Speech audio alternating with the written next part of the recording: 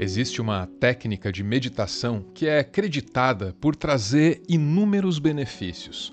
Como treina a atenção, essa técnica poderia dar aos seus praticantes a capacidade de se manter focado numa determinada tarefa com mais intensidade e por mais tempo. Só esse já seria um benefício e tanto num momento histórico em que cada um de nós anda por aí com um ralo de atenção no bolso. Mas tem mais, tem muito mais. Por manter a atenção dentro da moldura do corpo, essa técnica de meditação seria capaz de aumentar a resistência à dor, uma coisa muito útil para quem sofre com enxaqueca, fibromialgia ou qualquer outra causa de dores crônicas. E da mesma forma, os males da mente poderiam ser ao menos aliviados por essa técnica. Muita gente já teria, através da técnica, aprendido a lidar com a euforia e a depressão. Essa seria uma técnica milagrosa, seria, mas só se ela não desse muito, mas muito trabalho mesmo. Para ser ensinada, a técnica exige um período de 10 dias. São 10 dias de uma disciplina muito intensa, com uma rotina que começa às 4 da manhã e vai até às 9 da noite. 10 dias de voto de silêncio, 10 dias seguindo um código de conduta mais rígido que o de uma penitenciária de segurança máxima. Não se pode levar celular e nem material de leitura para os retiros em que essa técnica é ensinada. O contato físico é proibido e não se mata nada, nem insetos.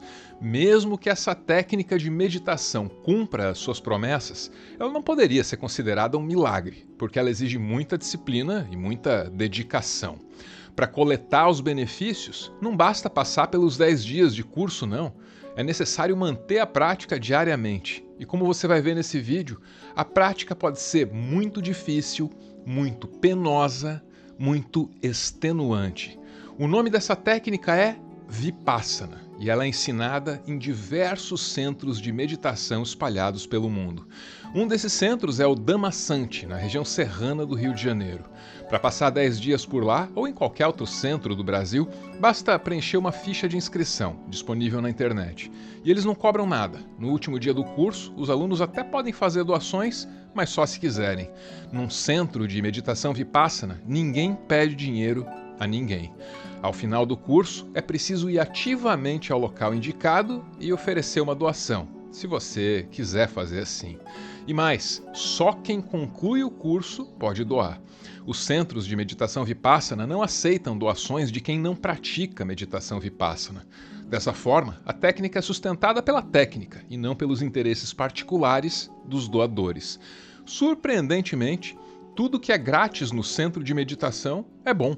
O quarto pode até ser uma suíte, não apenas com chuveiro quente, mas até com um chuveirinho sanitário, um luxo no Brasil. A comida é definida por eles como vegetariana simples. Não tem fritura de imersão, não tem refrigerante, muito menos cerveja. É o tipo de nutrição que agrada o organismo e não o paladar. Tanto que o cocô, durante os 10 dias de retiro, vira uma produção perfeita. O xixi fica cristalino. Eu passei por essa experiência e, a essas alturas, me restam poucas dúvidas sobre o benefício da técnica. Acontece que os defensores da meditação Vipassana vão além. Essa técnica não seria útil apenas contra dores musculares, enxaqueca ou déficit de atenção. Não, Vipassana poderia provocar transformações sociais intensas. Só que Vipassana é meditação. Como seria possível que essa técnica, trabalhando as profundezas do indivíduo, pudesse mudar o que acontece na superfície da sociedade? Ou, em outras palavras, é possível que uma prática interna e mental provoque transformações externas e sociais? A resposta é sim, com certeza. Mas, ao menos por enquanto, o melhor lugar para entender por que sim não é um centro de meditação, é um presídio. A gente vai meditando, no primeiro, segundo, terceiro dia, aí fica difícil, né?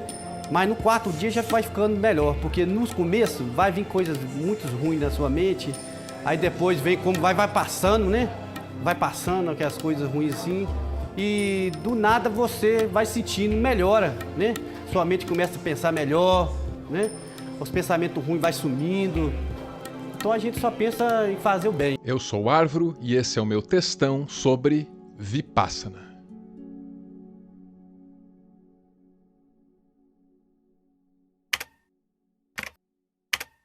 Parte 1. Transformação social. Bem-vindo ao Cinturão da Bíblia, ou Bible Belt. Essa é uma região dos Estados Unidos que inclui pelo menos 9 estados, todos de maioria protestante. Nessa região, o cristianismo é muito influente na política e, por consequência, nos serviços públicos também. Então, quando voluntários começaram a levar os cursos de meditação vipassana para dentro dos presídios, nem todas as reações nessa região foram positivas. Políticos e diretores do sistema carcerário reclamaram. Eles estavam desconfiados de que aquilo poderia ser um plano para implementar qualquer religião diferente do cristianismo. Acontece que essa resistência foi apenas inicial. Os resultados falavam por si só. Um exemplo é a penitenciária, carinhosamente ou nem tanto, conhecida como The Last Stop, ou A Última Parada, no Alabama. São 1.500 internos, um terço deles, 500, no chamado Corredor da Morte, o que justifica o nome da penitenciária. Last Stop é a última parada antes do final tenebroso desse corredor. E nesse lugar, há gente condenada pelos crimes mais violentos que se pode imaginar. Num lugar desses, basta que alguns alunos sejam submetidos a um curso de 10 dias de meditação vipassana para que as infrações disciplinares caiam até 20%. Some men are brought to tears, a few have thrown up, and others drop out. Alguns homens choram copiosamente. Outros vomitam e tem os que largam o curso, diz essa reportagem da Associated Press, que é bem antiga, tem uns 10 anos já, e é sobre uma dessas experiências com meditação vipassana num presídio do Alabama. Com resultados assim, a prática da meditação foi se espalhando pelos presídios do Cinturão da Bíblia e o comportamento foi melhorando. Qualquer resistência religiosa ou política tem sido vencida ao longo dos anos. Os resultados estão registrados em estudos, reportagens e até em alguns documentários. Um desses filmes é The Dhamma Brothers, de 2007. Esse documentário acompanha uma dessas experiências com a meditação vipassana num dos presídios do Cinturão da Bíblia. E alguns dos depoimentos das autoridades são bem desconfiados. As pessoas acham que um retiro de meditação na cadeia é uma espécie de feriado para os internos, um jeito de fugir da disciplina do cárcere. Mas aí o que essas autoridades acabam descobrindo é que o retiro, na verdade, é uma prisão dentro da prisão. Os condenados que participam do retiro ficam em uma ala designada do complexo carcerário, não podem sair dali de jeito nenhum. E durante os 10 dias de curso, eles se comprometem com um código de conduta muito, mas muito mais rígido que o da prisão. São 10 horas de meditação todos os dias. Eles não podem usar nenhuma substância que altere a consciência, não podem fazer nenhum tipo de sexo, nem o tipo solitário, não podem roubar, não podem matar, nem ao menos tocar uns nos outros. E talvez o mais difícil, nesse período também vale uma coisa que os instrutores chamam de o nobre silêncio.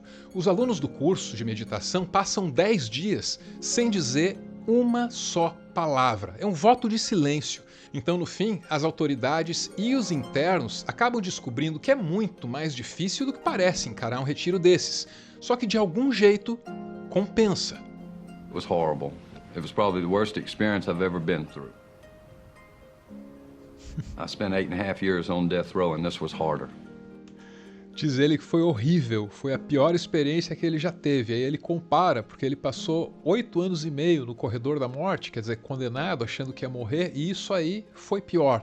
Me faz lembrar de uma grande escritora brasileira chamada Eliane Brum, também se submeteu a essa experiência, 10 dias de Vipassana, e ela escreveu que foi mais cansativo que correr a São Silvestre descalça. Eu tive as duas experiências, né? A São Silvestre e a Vipassana.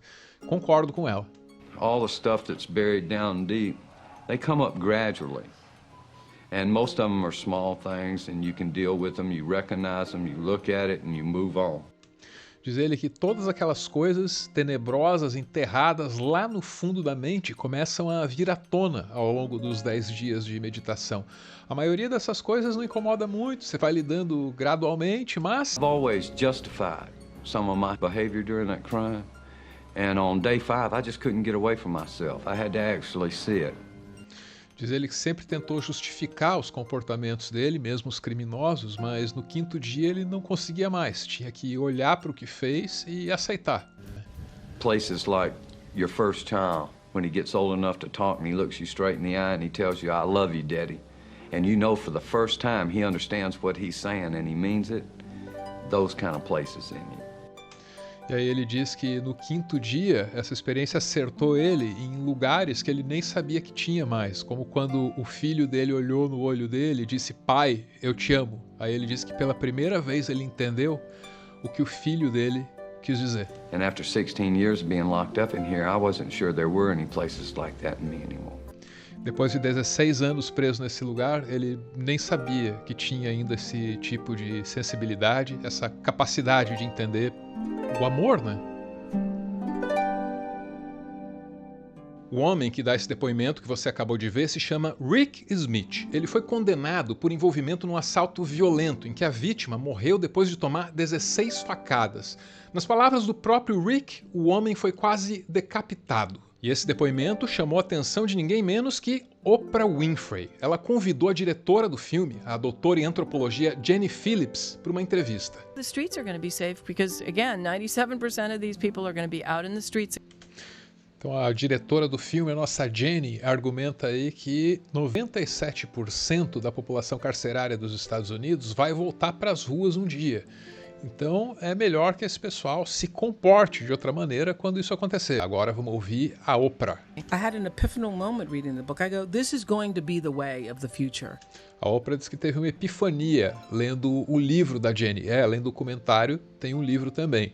E vamos ver qual é a epifania. I mean, it just seems to me to be the only logical evolvement for our society. Para Oprah, esse seria o único caminho lógico para a evolução da sociedade. And it may not be in your lifetime, may not be in my lifetime, but for people to understand that what you put out into the world is going to come back. Pode não acontecer no tempo de vida da Jenny ou da Oprah, mas é o básico. Entender que o que a gente coloca no mundo é o que o mundo devolve para a gente depois. And so this idea of going within yourself to find the true answers for your life, I think is going to become more a part of our own society. Então, a ideia de olhar para dentro para encontrar essas respostas vai ser uma parte cada vez mais importante da nossa People sociedade. living on the outside of prisons, and certainly for people who are living on the inside of prisons. O que vale para as pessoas vivendo dentro do sistema carcerário e também fora I dele. mean, eventually this is going to be the way. Eventualmente, esse será o caminho a ser adotado. Por quê? It's either this way or we don't survive as a species. Porque ou é assim, ou a gente não sobrevive como espécie. Avalia aí a Oprah. Esses cursos de Vipassana nas penitenciárias dos Estados Unidos acontecem há pelo menos 20 anos. Hoje, a coisa está muito mais bem estruturada porque várias entidades da sociedade civil aderiram à causa, incluindo associações de medicina e até universidades. Alguns presídios já contam com um calendário de cursos, vários ao ano. Esse aí é o Ben Turner, diretor de uma das organizações que levam a meditação às prisões. It really changed the whole facility. Even officers that were initially really skeptical became really supportive because they saw such behavior changes. Diz ele que mudou a cadeia inteira e mesmo os oficiais e os carcereiros que inicialmente eram céticos a respeito do projeto acabaram virando grandes apoiadores porque perceberam mudanças comportamentais muito intensas nos presos. And the inmates, it made it such a more pleasant place for them to work and for the inmates to be. E essas mudanças comportamentais transformaram o presídio num lugar mais fácil de se trabalhar. Essas iniciativas, que estão ganhando tração nos Estados Unidos agora, começaram na Índia ainda nos anos 70, e os cursos de meditação nas penitenciárias indianas estão muito bem registrados também em estudos, reportagens e documentários. Um filme bem conhecido se chama Doing Time, Doing Vipassana. Esse filme aí é de duas diretoras israelenses. Ele mostra várias carceragens que se beneficiaram dos cursos de meditação. São casos antigos. The superintendent, Mr. Vora, was impressed by the effect of Vipassana on his prisoners and decided to take a course himself. Então, o superintendente do presídio ficou tão impressionado com o efeito da meditação Vipassana sobre os internos que decidiu ele mesmo fazer o curso. After that, he arranged 5 more courses in Baroda jail. Aí, depois disso, ele organizou outros 5 cursos na mesma prisão dele lá, Baroda é o nome.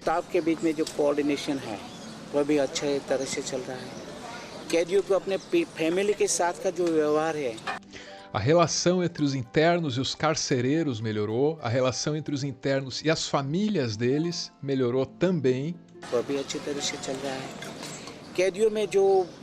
Revenge लेने की जो भावना है कि मैं यहाँ से छूटूं और बाद में उनको मार डालूं, ऐसा कर डालूं. E aí ele diz que os pensamentos dos detentos, sobretudo os pensamentos vingativos, foram cedendo com o tempo. Essa coisa de quando eu sair daqui eu vou matar esse, quando eu sair daqui eu vou matar aquele. ये सब उनमें से निकल गया. Tudo isso foi passando. Babu Baya was notorious for killing 3 people in 5 minutes. E aí o narrador apresenta pra gente o caso de Babu Baya, esse homem que tá na tela aí, famoso por assassinar 3 pessoas em apenas 5 minutos durante uma briga de gangues na Índia. During a gang fight. और जो मेरी खिलाफ पार्टी थी, जिनके लिए मुझे नफरत थी, बदले की भावना थी, विपश्यना साधना से. Diz ele que sempre teve muito ódio pelos inimigos, mas com a meditação ele mudou. Agora,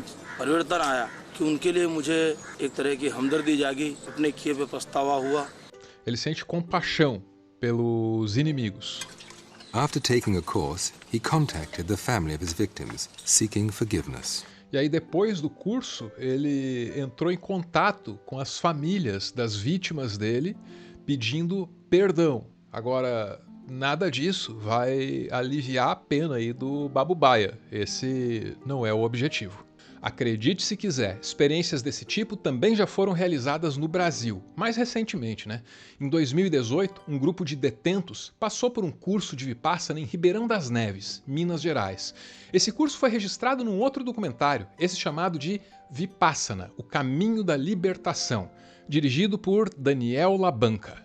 E quando eu vim parar nesse lugar onde que eu tô, aquilo sempre me perturbava.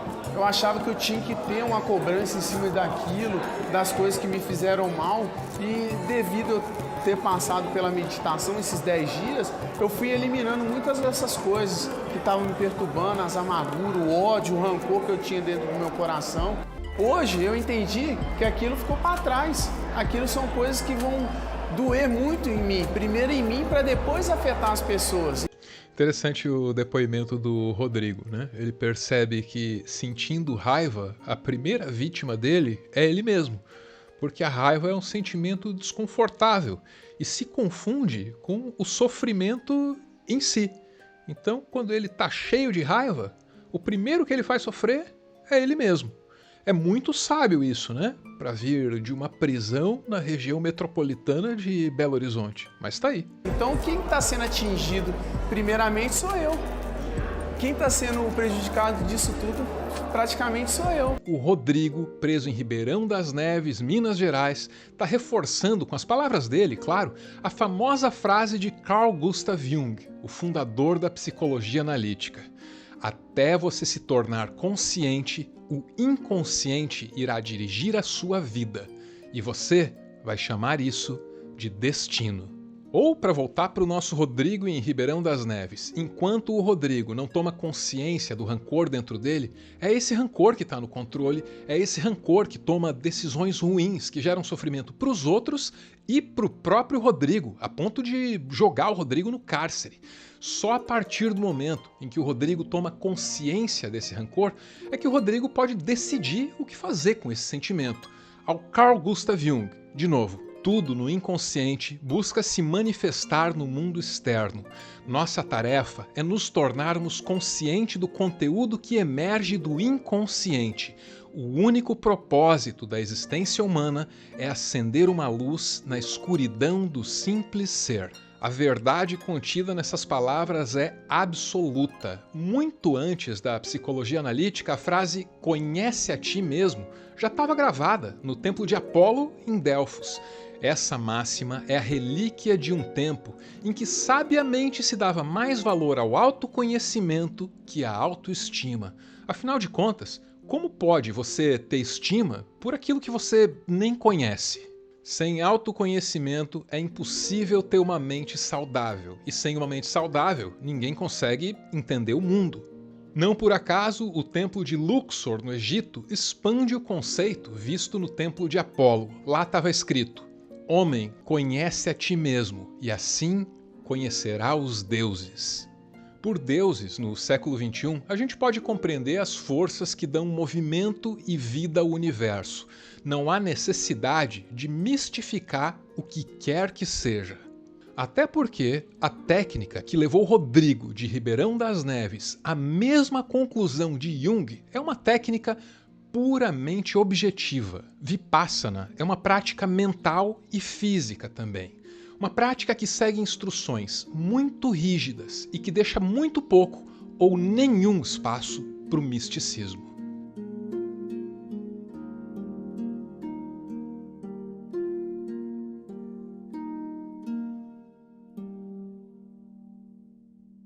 Parte 2. A técnica. Esqueça as imagens de gente bonita meditando ao ar livre, esqueça as expressões de bem-estar e, principalmente, esqueça qualquer expectativa de resultado imediato. Vipassana dá trabalho, é um tipo de trabalho diferente que acontece no insondável da mente, mas é trabalho mesmo assim. Seja no Cinturão da Bíblia, nas penitenciárias indianas, em Ribeirão das Neves ou nos centros de meditação espalhados por todo o mundo, os cursos de 10 dias são sempre iguais. Não importa se eles acontecem num presídio ou num palácio, a programação é sempre a mesma. O dia começa às 4 da manhã, tem sessões de meditação até às 6h30, quando é oferecido o café da manhã. Às 8, a meditação é retomada e segue até às 11, quando os alunos param para almoçar. Da 1 da tarde até às 5, medita-se mais um pouco. Aí depois disso, vem a terceira e última refeição do dia. Às 6 da tarde, todo mundo volta para a sala de meditação e pratica até a noite. O dia termina com uma palestra, em que são dadas instruções sobre a prática. E que instruções? Bom, nos primeiros dias de curso, os alunos são instruídos a manter o foco da atenção numa área restrita do rosto, uma área que cobre a parte superior dos lábios e também as narinas. Em tese, e só em tese, esse objetivo é muito simples: manter a mente atenta e consciente ao fluxo da respiração e, claro, a outras sensações que possam surgir dentro dessa área restrita do rosto, ignorando todas as outras sensações no restante do corpo ou eventuais estímulos externos. Depois de horas e dias fazendo isso, algumas coisas ficam claras. Primeiro que é muito mais difícil do que parece, porque a mente implora por distrações. Muitas vezes você se distrai e esquece o que estava fazendo. E aí, no silêncio absoluto do centro de meditação, as distrações vêm lá de dentro de você. Às vezes é um desejo qualquer, comida, bebida, tabaco, entretenimento. Às vezes é uma preocupação com alguma coisa que você está vivendo. E às vezes são memórias antigas e potencialmente dolorosas. Alguns desses conteúdos mentais que vêm à tona são muito pesados e os instrutores sabem disso. Ouça aqui um trecho de uma das palestras noturnas. Uma coisa muito importante: esta é uma tarefa muito séria que você empreendeu. Na verdade, é uma profunda operação cirúrgica da sua própria mente. E quando você se submete a uma profunda operação cirúrgica, complexos muito profundamente enraizados começam a subir à tona. Naturalmente, quando se abre a ferida, o pus começa a subir à superfície. É para o seu próprio bem. Me faz lembrar do Rick Smith, na penitenciária do Alabama, que disse que nunca fez nada mais difícil na vida dele. Imagina quanto pus mental não tinha aquele cara, né? Spent 8.5 years on death row and this was harder. Mas todo o processo de cortar a ferida e retirar o pus é muito desagradável e você precisa encarar isso. Aceite com coragem. Preciso abrir a ferida para retirar o pus e toda a experiência desagradável é para o meu próprio bem. Como eu disse, os desconfortos que você começa a experimentar hoje são parte do jogo. Você começou a fazer uma operação da mente. A ferida está aberta e o pus começou a subir à tona. Precisa encarar a realidade agora. Pois é, uma operação cirúrgica da mente parece uma coisa muito séria. E não por acaso, é recomendado aos alunos que não saiam no meio do curso, né? Você não pode sair dali jorrando pus da mente. Encare-a com um sorriso. Você precisa encará-la. Essa técnica de meditação ensinada nos primeiros dias de retiro ainda não é Vipassana. O nome dela é Anapana. E o que ela propõe é só isso aí mesmo, manter a atenção focada na respiração sem alterar o fluxo natural dessa respiração. Aí depois de 3 dias disso, a atenção fica mais refinada e o aluno consegue captar sensações cada vez mais sutis na área das narinas.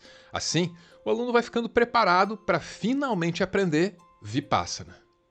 Na meditação Vipassana, ao invés de manter a atenção fixa na área das narinas, o aluno é incentivado a mover esse foco de atenção pelo corpo. Ele vai escaneando cada centímetro de si mesmo e vai observando as sensações. Algumas dessas sensações são mais sutis e agradáveis, outras são mais grosseiras e incômodas.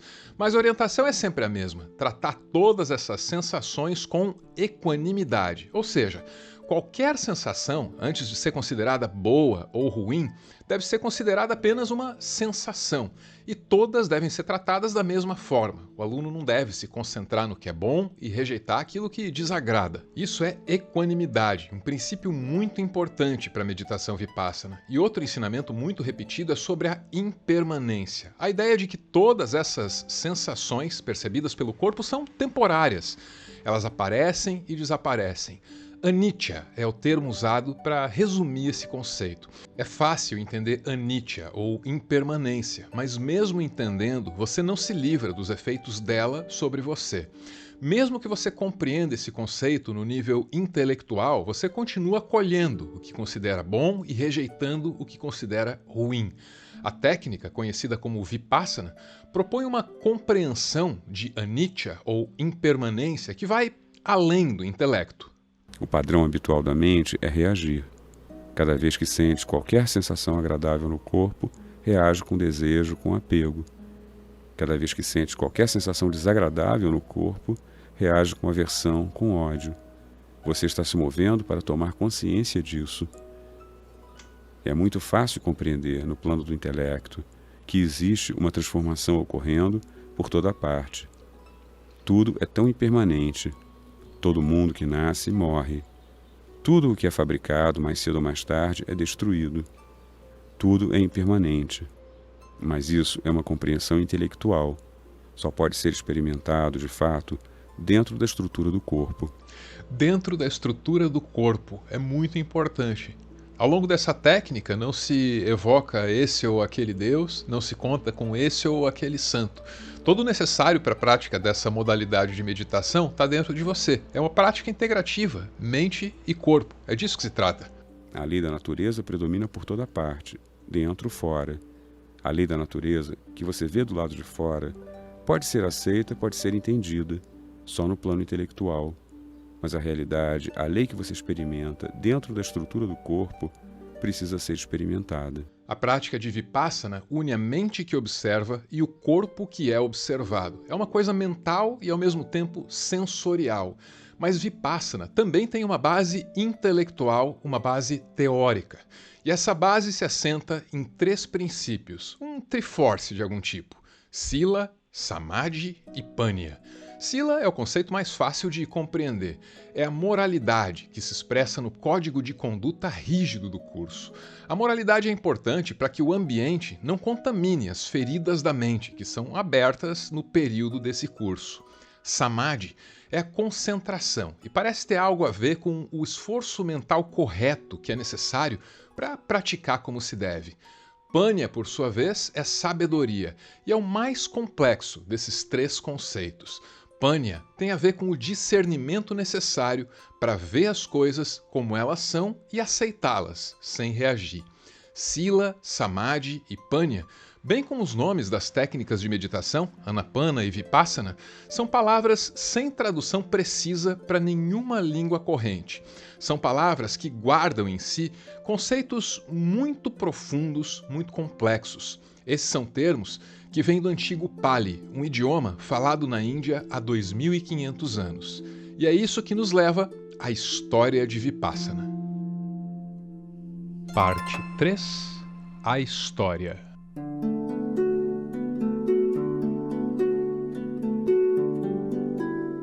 Toda história suficientemente antiga corre o risco de se confundir com uma lenda, e essa não é exceção. Há 2.500 anos, um príncipe vivia confortavelmente em seu palácio. Percebendo que nem todo conforto material poderia eliminar os sofrimentos da vida, ele resolve virar monge e passa a viver uma vida de ascetismo total. Ele passa a fazer longos jejuns e passa a expor o corpo e a mente a intensos desconfortos, como faziam os monges naquele tempo e naquele lugar. Mas logo esse príncipe, transformado em monge, percebeu que nenhum desses dois extremos, nem o luxo e nem o ascetismo, poderiam ser o caminho para se libertar do sofrimento. Eu tive como experiência duas vidas completamente opostas. Uma repleta de riqueza e conforto, e uma outra de extrema austeridade. Eu abandonarei esta vida de... Como? Que bobagem é essa? Você deve estar a um passo da verdade. Se agir precipitadamente e largar o treinamento austero, colocará tudo a perder. Você é um perdedor. A austeridade só serve para se autoflagelar. Não faz sentido algum. E rejeitando esses dois extremos, ele descobriu o que chamou de o caminho do meio. Nem o treinamento austero, nem a vida repleta de confortos leva à compreensão da verdade. É justamente trilhando o caminho do meio que chegaremos lá. Então, Siddhartha, siga o seu caminho. Nós seguiremos o nosso. Esse caminho seria o de simplesmente observar as coisas como elas são. Ou, em Pali, a língua que ele falava, Vipassana. A técnica de meditação com esse nome se espalhou pela Índia e mais tarde por outros territórios, graças a um imperador chamado Asoka, que viveu 2 séculos depois de Buda. Asoka primeiro foi conhecido como um conquistador cruel, brutal. Depois ganhou o título de O Compassivo. Essa mudança veio depois da conversão ao budismo. O imperador teria praticado Vipassana ele mesmo e, entusiasmado com as mudanças que notou em si, concluiu que a técnica poderia pacificar os territórios conquistados muito melhor que as armas.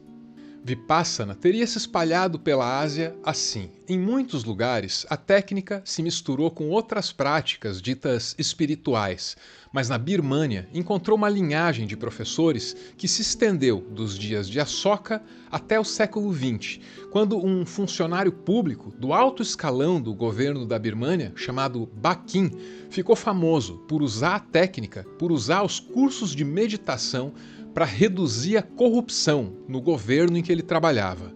A certa altura, Bakin foi procurado por um empresário birmanês que sofria com um tipo raro de enxaqueca.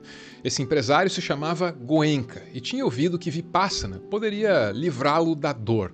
Consta que Bakin resistiu. Talvez ele tenha considerado que a motivação de Goenka para aprender Vipassana era banal demais.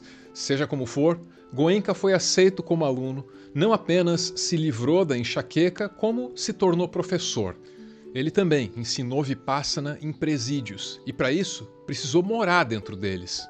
In 1969, Mr. Goenka arrived in India and started teaching Vipassana. Em 1969, Goenka chegou à Índia e começou a ensinar Vipassana. Poucos anos depois, recebeu o desafio de ensinar Vipassana para criminosos.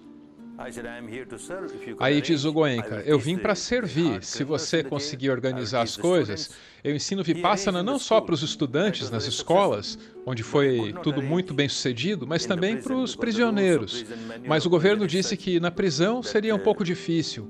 As regras impediam o professor de morar no presídio, e isso não era aceitável para mim. Eu precisava ficar lá com os meus alunos. Assim, o curso não pôde se materializar, mas depois o governo foi razoável e relaxou as regras. Assim, o curso pôde ser dado. Em 1975, na prisão de Jaipur, os prisioneiros aprenderam Vipassana pela primeira vez e o Goenka insistiu com algumas demandas. Antes do curso começar, as pessoas foram trazidas acorrentadas e o Goenka perguntou: "O que é isso?" Aí explicaram que eram criminosos muito perigosos. Mas o Goenka disse: "Para que as correntes?" E explicou que não poderia ensinar para gente acorrentada.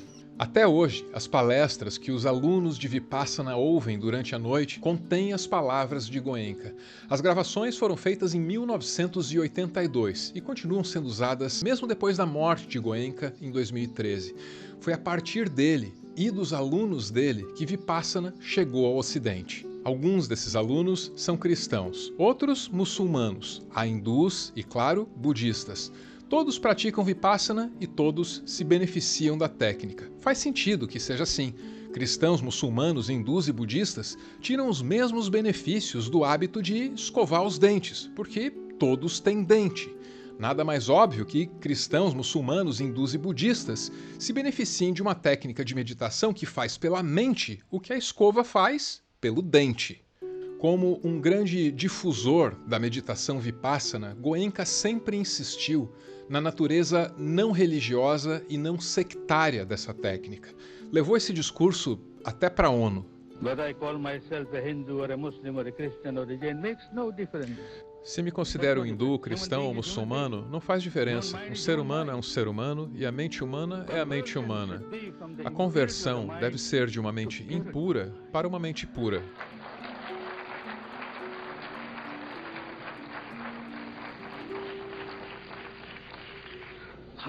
E como as pessoas mudam. Mudanças incríveis acontecem, sem mágica ou milagres. Apenas observando a interação entre a mente e a matéria dentro de nós. Observamos como a mente influencia a matéria do corpo. Observamos como a matéria do corpo influencia a mente. Observando assim, entendemos que quando gero negatividade, sofro, e quando me liberto da negatividade, experimento paz e harmonia. Isso pode ser praticado por todos. É uma técnica maravilhosa, dada pelo Iluminado em nosso antigo país. Uma técnica que se espalhou pelo mundo. Mesmo hoje, gente de diferentes comunidades, tradições, religiões, vêm, aprendem essa técnica e colhem os mesmos benefícios. Os hindus continuam hindus, os cristãos continuam cristãos, os muçulmanos continuam muçulmanos. Não faz diferença. Mas algo muda nessas pessoas. Elas se tornam espiritualizadas, cheias de amor e compaixão. O que é bom para elas e para os outros.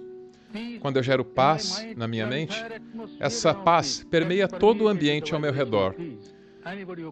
Qualquer um que interaja comigo experimenta essa paz. Essa é a verdadeira conversão necessária. Nenhuma outra conversão é necessária.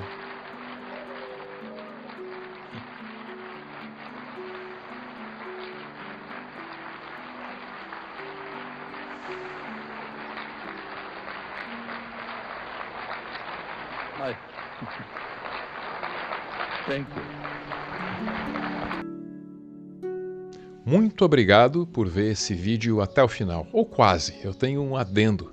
O objetivo aqui não é convencer você a encarar um curso de Vipassana. Embora eu esteja seguro dos benefícios que a técnica proporcionou para mim, eu não me sinto qualificado para dizer se você tem ou não condições de encarar todos os 10 dias. Só você e os verdadeiros professores dessa técnica podem atestar isso com propriedade. Mas há uma recomendação que eu me sinto à vontade para te dar. Se você resolver se inscrever em um dos cursos, não minta. Preencha a inscrição sem falsear nem omitir nada. Escreva só a verdade sobre os medicamentos que você usa, os males físicos e mentais que te afligem. Em breve, eu pretendo publicar um outro vídeo, bem mais simples que esse, um vlog, relatando os meus males e o que a técnica fez por eles.